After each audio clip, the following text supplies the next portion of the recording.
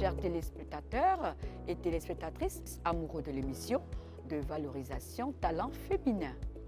Nous recevons ce jour Madame Marina Nobout, une Amazone de l'entrepreneuriat qui s'est construite brique par brique pour se frayer un chemin dans l'univers très fermé de l'immobilier écologique en Côte d'Ivoire et en Afrique.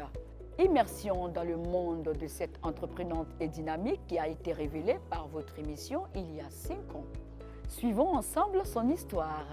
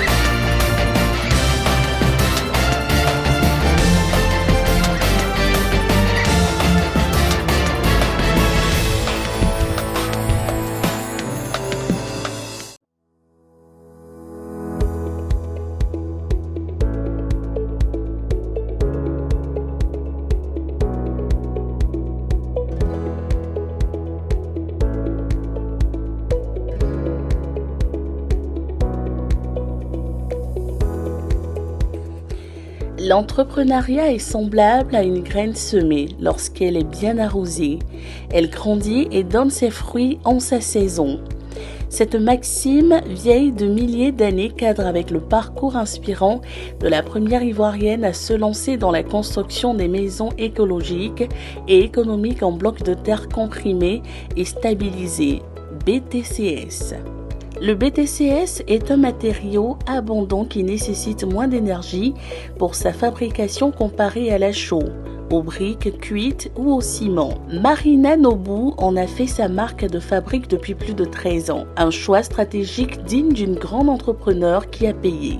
En 13 ans, Marina Nobout s'est vue décerner plus de 11 prix et a gagné la confiance de plusieurs partenaires pour son sérieux et sa rigueur dans le travail. Qu'est-ce qui a motivé son immersion dans l'entrepreneuriat? Mon enfance, je l'ai commencé à l'orphelinat parce que, étant orpheline de père, mon père m'a quittée très tôt, à 6 mois. Et donc, j'ai été admise à l'orphelinat de Grand Bassam, l'orphelinat de filles. Et là-bas, j'ai appris à entreprendre parce que déjà à l'âge de 7 ans, j'ai commencé à vendre le torfil, le lait, pour essayer de multiplier déjà le peu d'argent que mon grand-père m'avait laissé. Et après ma 3e, j'ai été orientée au Mamim Fetteh. Au Mamim Fetteh, j'ai continué à encadrer mes amis dans la spiritualité, donc j'étais la responsable GEC. Et en même temps, je continuais de vendre tout ce qui était friandises, habits aussi. Et comme ça, petit à petit, j'ai commencé à développer voilà, l'entrepreneuriat. On m'avait surnommée la Sénégalaise parce que je vendais des draps, je vendais des nounous, je vendais des disquettes. Parce que là, pour les cours d'informatique, on avait déjà commencé à utiliser des disquettes. Et il y avait toujours un élève qui oubliait sa disquette, donc je vendais des disquettes. Et c'est comme ça qu'à force de vendre, j'ai été repérée par le proviseur qui m'a en même temps après proposé pour occuper le kiosque dans l'établissement. Et jusqu'au jour d'aujourd'hui, j'ai ce kiosque que je gère. Et après, j'ai été débauchée par une entreprise immobilière. Le patron disait comme ça que je voulais choisir un blanc, voilà, pour occuper ce poste parce que je voulais prendre un blanc pour être mon responsable commercial. Mais après avoir discuté avec vous, je pense que vous pourrez assurer ce poste. Et lorsque je suis allée dans son entreprise, j'ai réorganisé le service commercial. 3 mois après, il m'a nommé responsable commercial.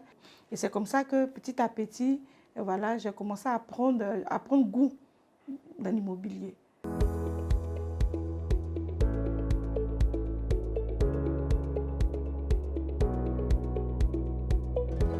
une maison duplex de 6 pièces, c'est ça?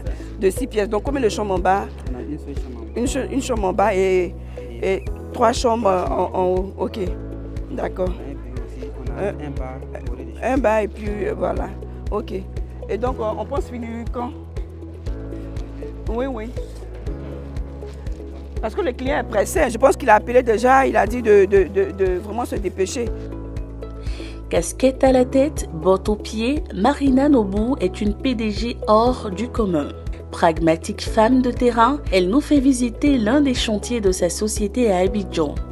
C'est la magnifique occasion pour elle de raconter le processus de fabrication de son matériau de construction. Alain, il faut motiver un peu, tu vois, les producteurs là. Tu vois, j'ai l'impression que c'est un peu lent. Et puis la manière dont ils sont venus, je préfère que tous les techniciens et tout ça même viennent produire encore demain. Hein? Et puis ils repasseront demain pour pouvoir... voilà. Bon, voilà l'électricité aussi qui passe bien. L'électricien, il a déjà passé. L'électricien. Après, il va faire passer le câble voilà, dans les blocs. Ok. Nous sommes sur une unité de production des blocs de terre comprimés stabilisés. Alors, le processus va commencer par tamiser la terre. Nous allons tamiser la terre afin d'enlever tous les agrégats, tous les débris et tout. Et on va ici maintenant faire le mélange avec le ciment et le sable de l'eau. On mettra tout ce mélange-là dans le malaxeur afin de bien mélanger, avoir quelque chose d'homogène. Et une fois qu'on a ça, maintenant la machine voilà, hydraulique va nous sortir le bloc.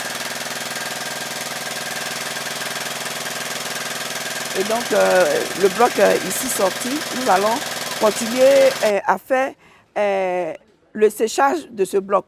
Pendant 7 jours, nous allons arroser de jour comme de nuit, de sorte à permettre à la latérite de bien se mélanger, de bien s'imbriquer avec le ciment. Voilà, c'est là, on va voir un peu la différence avec le géobéton parce que le géobéton, il est pressé manuellement. Tandis que le BTC est pressé par une machine hydraulique. Voilà, la machine hydraulique nous donne un bloc de terre bien comprimé et stabilisé. Et donc, il n'y a pas de raison de penser qu'il est moins solide que les agglos ordinaires ou bien à la première pluie, ça va s'écrouler. Remarquez que les maisons construites en terre, depuis le XIIe siècle, on remarque que ces bâtiments-là existent encore jusqu'à nos jours. Alors que les maisons en agglo ordinaire, au bout de 3-4 ans, on voit déjà que ça s'effrite et tout ça, il y a la moisissure. Mais avec ces blocs, on n'a pas d'humidité, on n'a pas de moisissure, on n'a pas de fissure. Hein? Et en plus, lorsqu'il est séché, il devient comme un roc. Il est très solide, il peut supporter jusqu'à 34 tonnes et il pèse 12 kilos.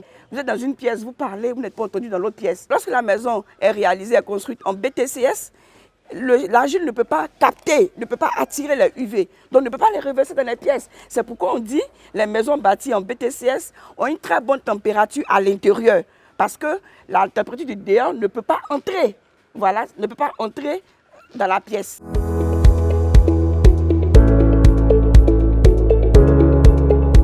Construction de villas jumelées, villas basses, écoles de cyclistes, chapelles, cantines, pharmacies, établissements scolaires et universitaires sont autant de réalisations de sa société immobilière qui est représentée en Côte d'Ivoire, au Bénin, en Centrafrique et en Guinée-Bissau. Elle n'entend pas s'arrêter en si bon chemin. Mère courageuse qui a su allier vie professionnelle et vie familiale, Marina est un modèle de femme atypique aux multiples facettes inspirantes. Ces enfants qui constituent selon elle sa force ne manquent pas d'éloges pour qualifier leur merveilleuse mère. Ma mère est une bonne mère, c'est une mère tendre qui bouge beaucoup parfois, qui part de France, les États-Unis, le Canada. Mais quand elle vient, quand elle est là, on sort, on se détend.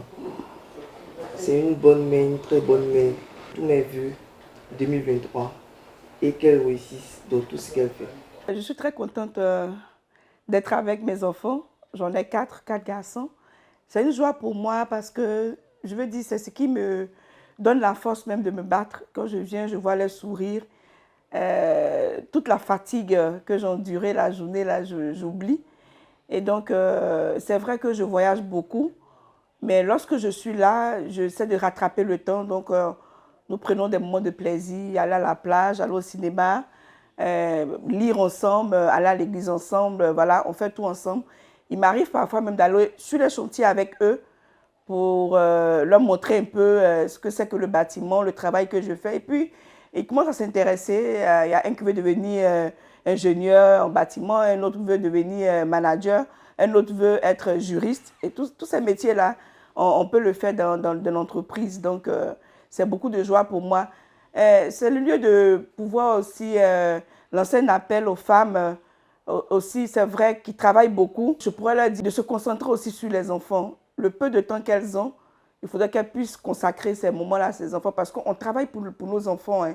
On travaille parce que tu peux avoir les millions, les milliards, mais si après l'enfant est raté, c'est beaucoup de soucis. C'est beaucoup de soucis. Donc, donnons du temps à nos enfants lorsque nous sommes là. Discutons surtout avec eux. Essayons de comprendre aussi les difficultés qu'ils rencontrent avec leurs amis, en classe, etc. Et puis bon, essayons d'être leurs amis. Aujourd'hui, c'est ça. C'est plus dans le temps ancien là où on ne parlait pas, maman et papa, on ne se parle pas, mais bien, enfant et maman, bon, on regarde les parents de loin.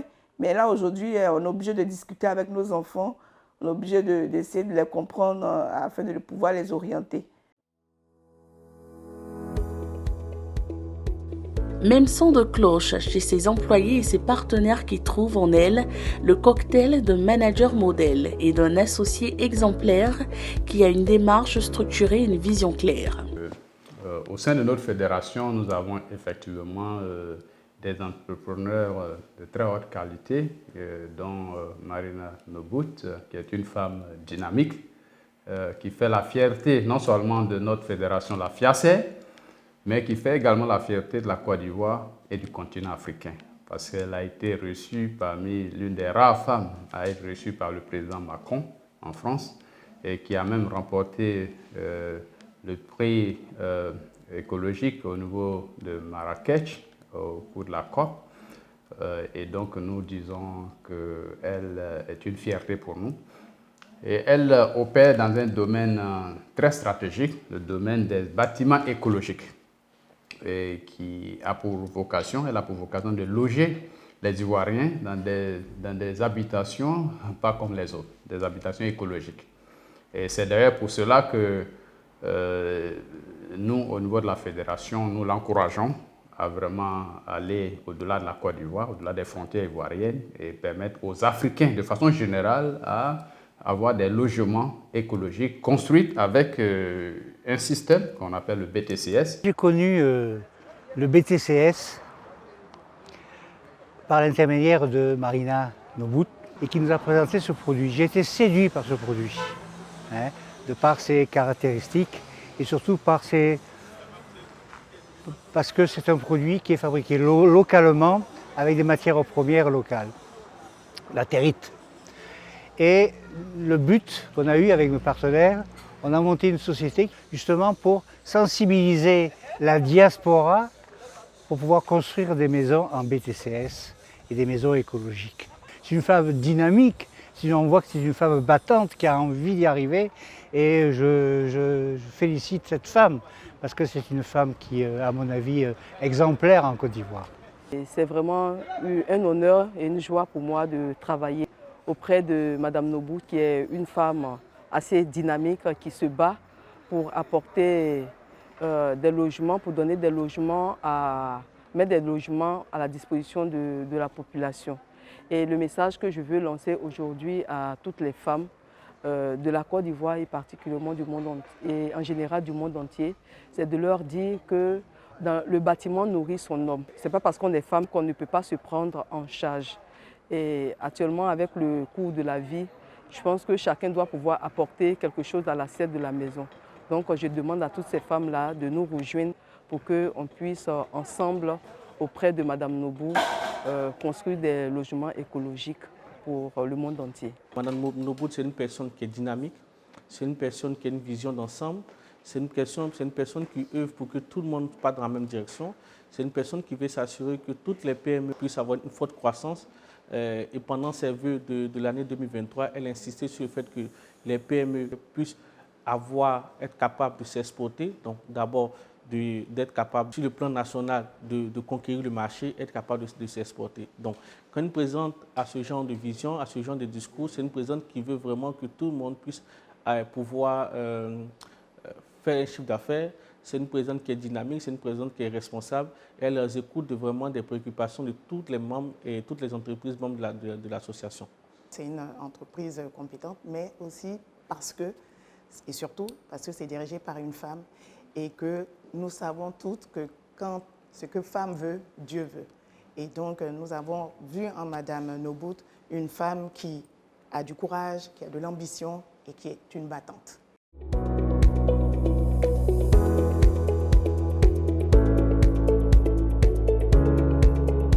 L'accompagnement des champions nationaux demeure l'un des rôles essentiels des services publics. L'honorable Gilbert Francis Kakou, député maire de la commune d'Iré, l'a bien compris. C'est à juste titre qu'il a décidé de faire confiance à cette Amazone de l'entrepreneuriat. Le premier maire de la ville d'Iré, M. Kakou Théodore, avait en son temps construit l'une des plus grandes mairies de Côte d'Ivoire en géobéton. Et donc, dans ce même contexte, nous avons décidé de continuer les infrastructures de la ville dans un matériel semblable. C'est comme ça que nous avons rencontré Mme Nobout Marina, qui a été une très belle rencontre puisqu'elle nous a proposé plutôt du BTCS et un matériel en géobéton pour moi amélioré. Et donc, il y a eu un projet de la compagnie minière, puisque je vous rappelle, Iré est une ville minière. Et la compagnie minière de Bonicro à Iré a eu un projet de construction de 250 maisons, logements et d'une école. Alors, ce projet a été confié à Mme Nobout et le travail a été édifiant. Les clés nous ont été remises, ça a été vraiment une très grande satisfaction. La population a aménagé dans les maisons. Et nous sommes aujourd'hui très satisfaits du travail qui a été fait. C'est pourquoi, dans ce même élan, la mairie de Iré a décidé de garder un partenariat fort avec cette compagnie dans différents projets. Notamment, ce qui est plus urgent, c'est la construction de l'espace gastronomique de Iré, avec 14 restaurants, une esplanade et un bar.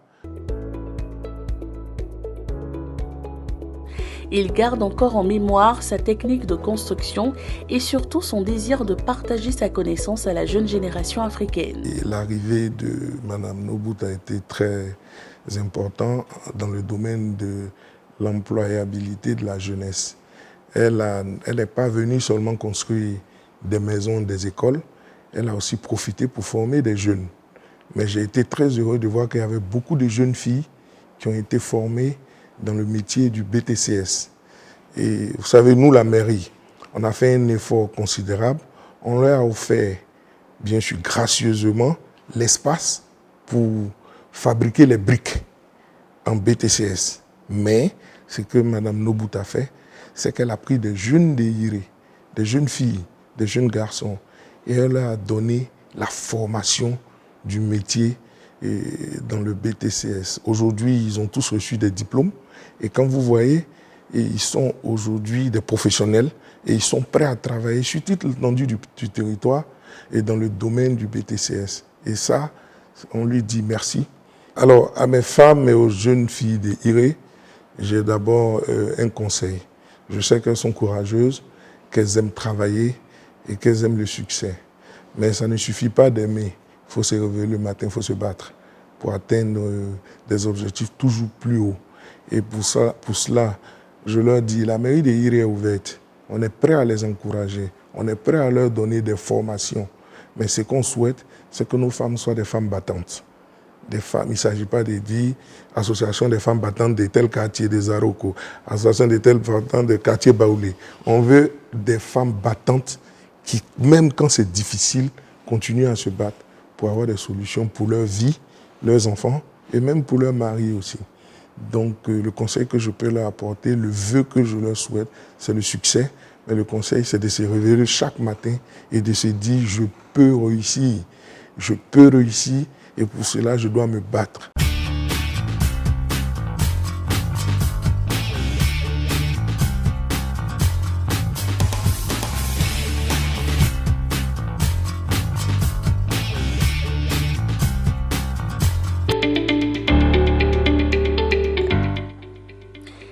Chers habitués de l'émission Entreprenante et Dynamique, nous recevons dans votre rubrique Info Dynamique, portail d'actualité, M. Koala Célestin, directeur de logement et du cadre de vie du ministère de la Construction, du Logement et de l'Urbanisme.